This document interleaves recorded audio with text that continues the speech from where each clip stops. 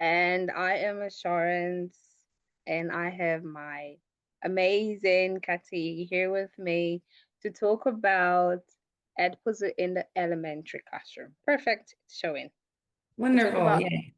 in the elementary classroom. Okay, so Kati, please, over to you. So I'm Katie and I am from, like Mimi said, Houston. Just a little bit about me. I have been teaching, I'm going into my ninth year of teaching, and Edpuzzle has become a huge staple in my classroom. I teach math and science for second graders, so about 7, 8 years old, and it's something we use at multiple times a week at least.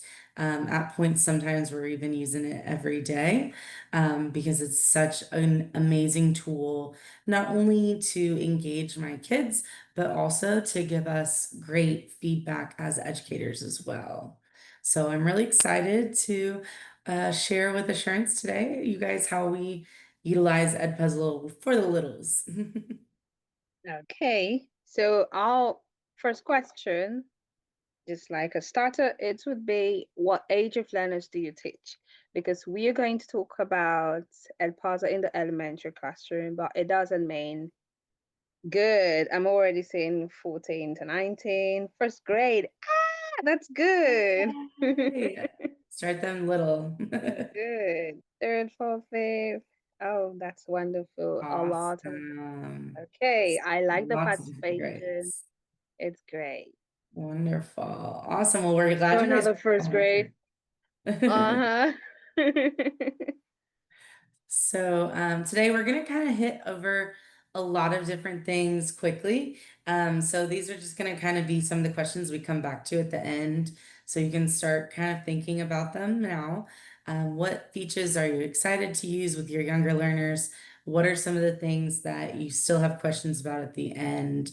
What reservations might you have? Things that you're a little nervous about using with your young learners. So as we kind of go throughout this presentation, we're hoping to kind of hit some of those and then at the end maybe revisit and see what are some of your thoughts still. Okay.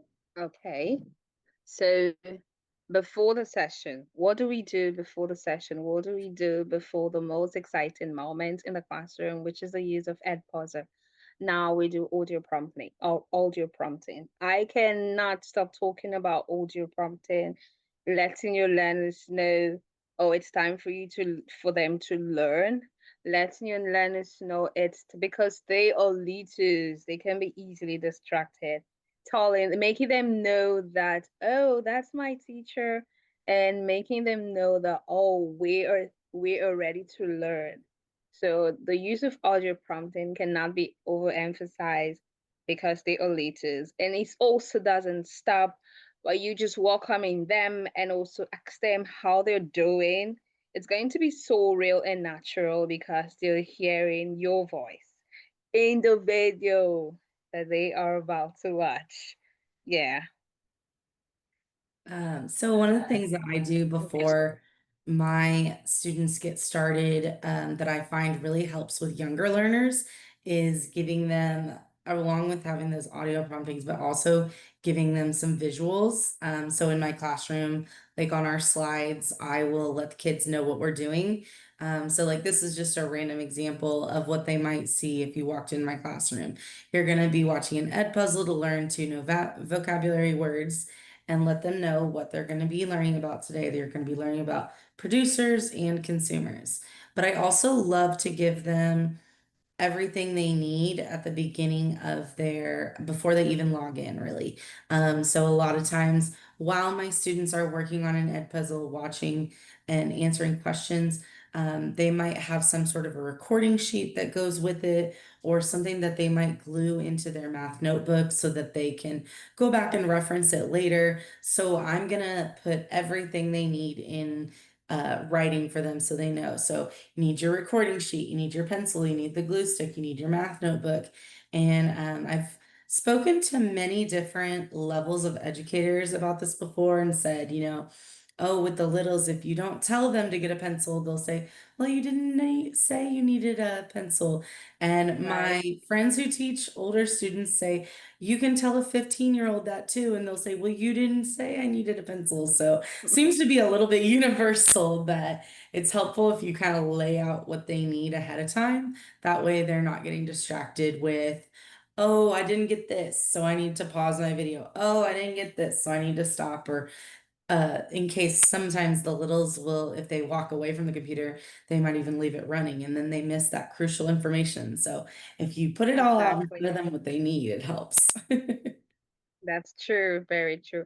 And also, I agree with Amanda in the chat. She said she uses it for her high school learners, but she's going to tell her daughter's younger educator. And that's amazing, Amanda. I totally Yes, support. Everybody needs to know that Edpuzzle is good. it Okay, now the is. most exciting time. Now having gotten all the materials ready for learning, what do? We have different ways that we can use Edpuzzle in the classroom, even though we are leaders. Okay. Now we can assign a video lesson. Yes. Or we can use open class. The open class is just an easy use to get a code and then they enter and they are good to go. Then we can also use the live mode. Once you're done, ready to assign, you can just go to the live mode and then get your students to follow while in the classroom. And then the new release, which came up, which was announced today, about the slides, the quizzes, and the student project. We can also use that to make our lesson fun. Don't think the younger learners cannot do it. We can. Yes, absolutely. Uh, maybe. Oh, there we go. So one of the features that I love most about Edpuzzle is the data that you receive from Edpuzzle. As educators, we know that data-driven instruction is so important and it really drives what we do in our classrooms. And so we can use Edpuzzle to give us a lot of data on our students. And so this is just like a little random snippet of a tiny piece of the data that you can receive from one video. So this was a video that my students watched, looks back like it was back in January. And you can see where the yellow lines are. Those are the student names. Of course, in your grade book and your Edpuzzle, it would have the student names, but didn't want to put anybody's name on the internet. So I blocked all those out. But then you can see how much of the video that they watched with that long bar.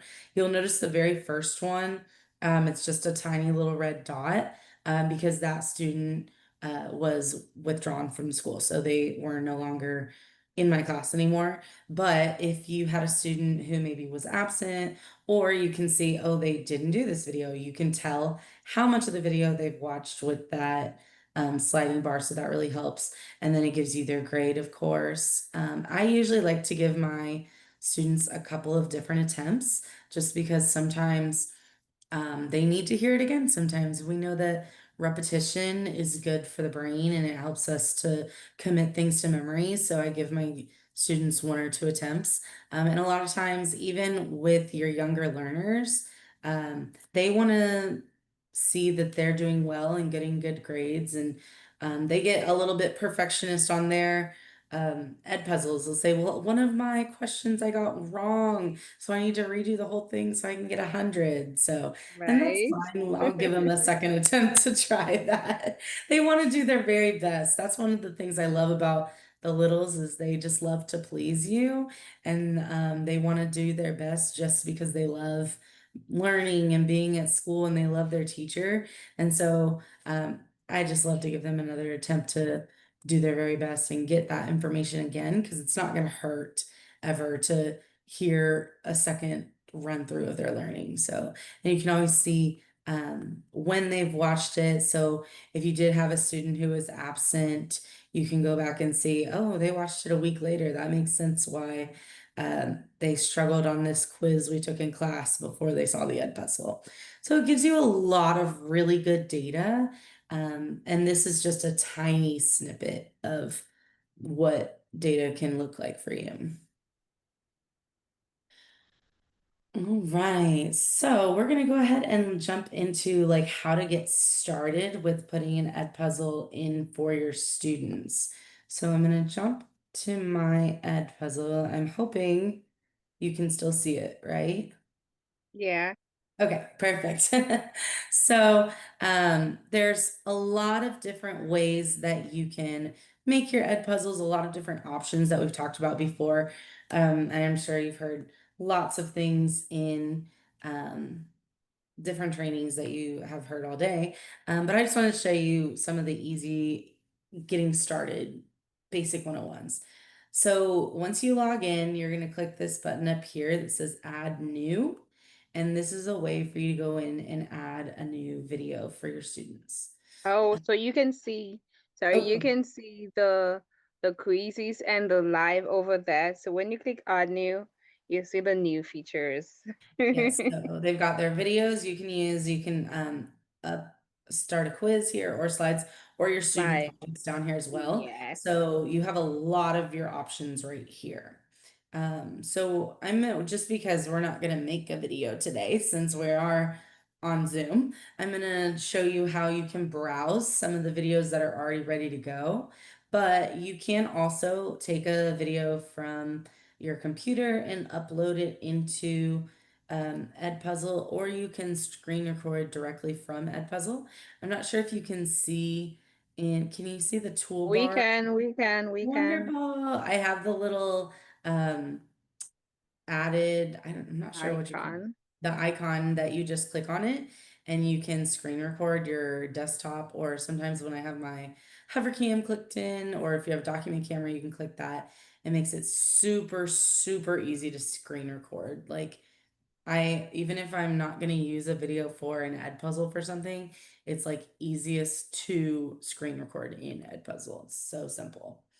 Yeah, Um, and also we have already made videos, so it's easy. So in yes. Edpuzzle, there are already made videos. You can decide to make yours, like Katie said, or you can choose to use the videos already made for you and change the questions if you think it's not applicable.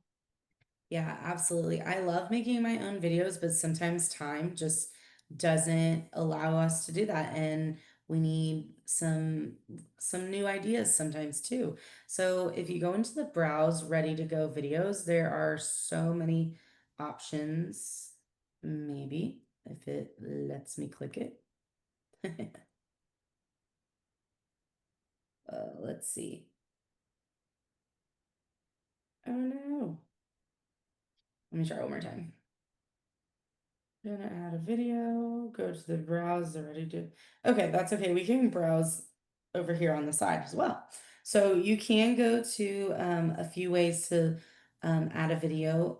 So let's say I want to discover a video that is already from other teachers that use Edpuzzle, and I want to do, okay, so my recent searches are rainbows. So we were learning about how rainbows are like fragments of light. So I could type in, I want to do a rainbows for kids video.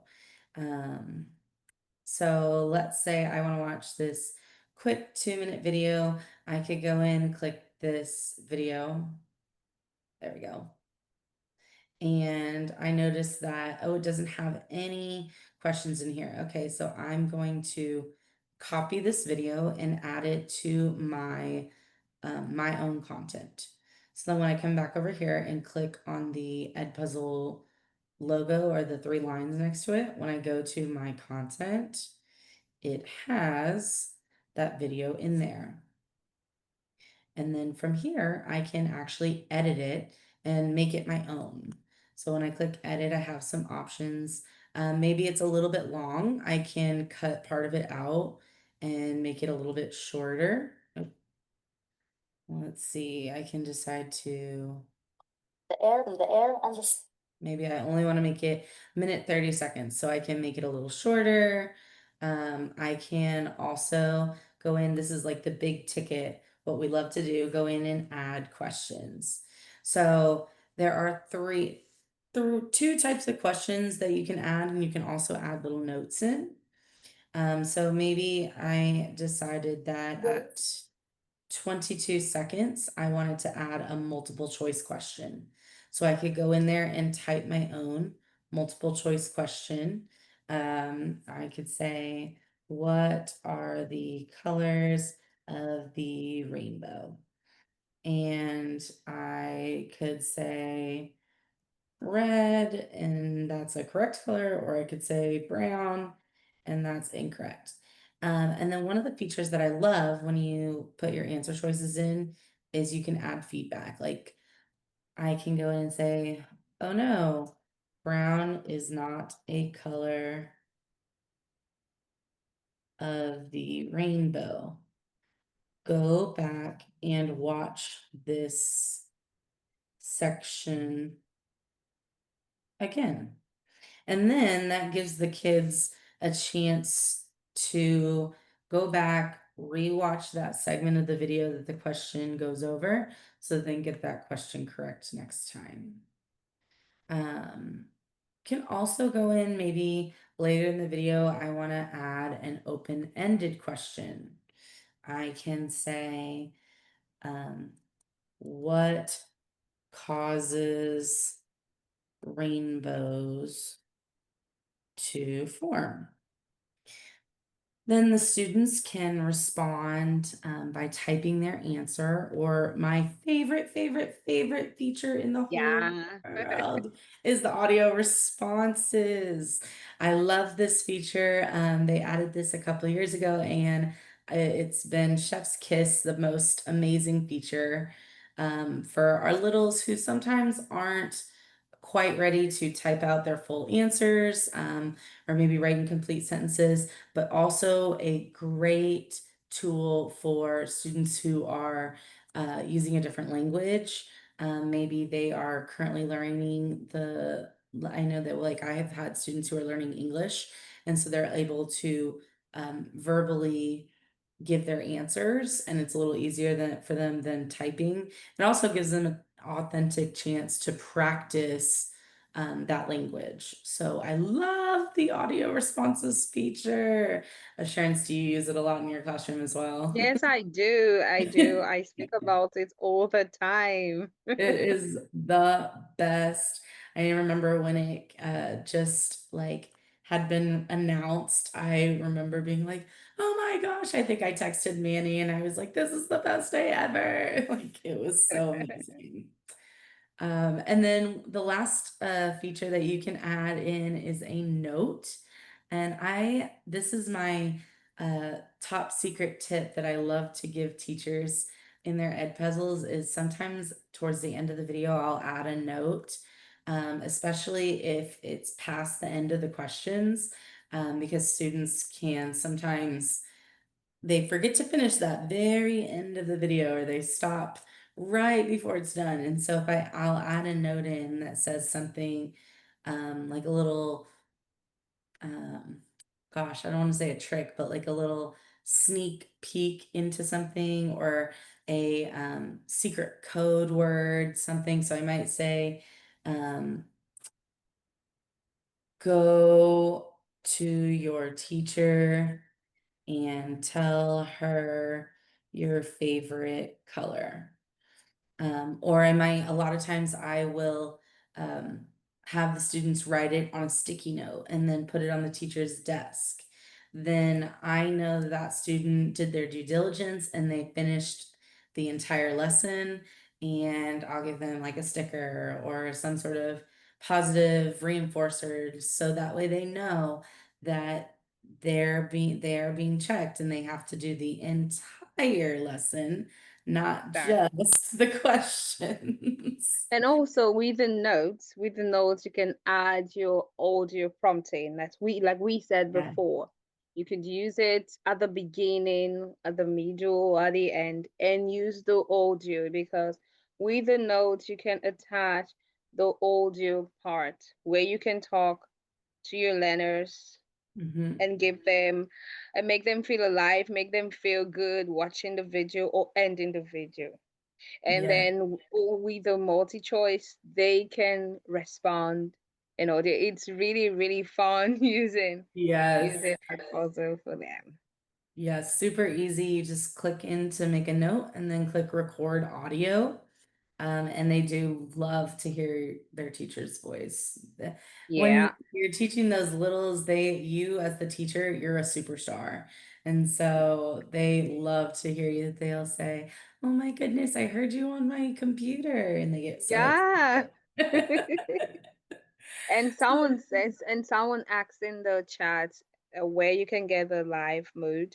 So by the time she So, clicks finish, yep, so that's the next thing we're you gonna would do. have the part Hit where finish. you can add the live mode. There we go. When you're about to assign, once you're about to assign, you can have the part where you can use the live mode. So it's easy, So you and can the click learners always into enjoy it. Yep, so you can click into assign mode and my classes right now, I haven't created any classes because we're on summer vacation. But you can go in and your classes will pop up here as well. Or if you have like an old class that you wanted to show, it'll be here too. That is the So 2.0 and the 1.0 classes. yes. So everyone starting the new school year, you'll have to create a new class where it says 2.0. That's where all the new features will be. Woo, woo, woo. Okay, we love new features. So much fun.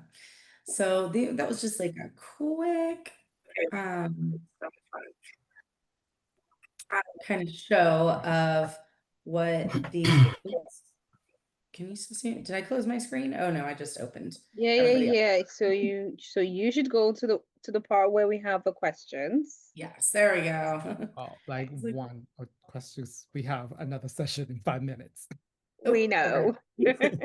Oops, oops. Sorry, I can talk about Edpuzzle all day. So Okay, so the first question says, what Edpuzzle feature are you most excited to use with your young learners? So type it on the chat. I need 30 seconds. And then what reservation? The audio. Thank you very audio, much. yes. Yeah. Audio is the best. When the teacher uses the audio, know that you're forced to listen to the lovely voice from your teacher, which is great because even adults don't read. Your students won't Yeah. read. Okay. Right. So use emojis and all the things. Absolutely. All Right. right. Well, thank you. So, Thank you. yeah, thank Bring you. out Puzzle for the Littles.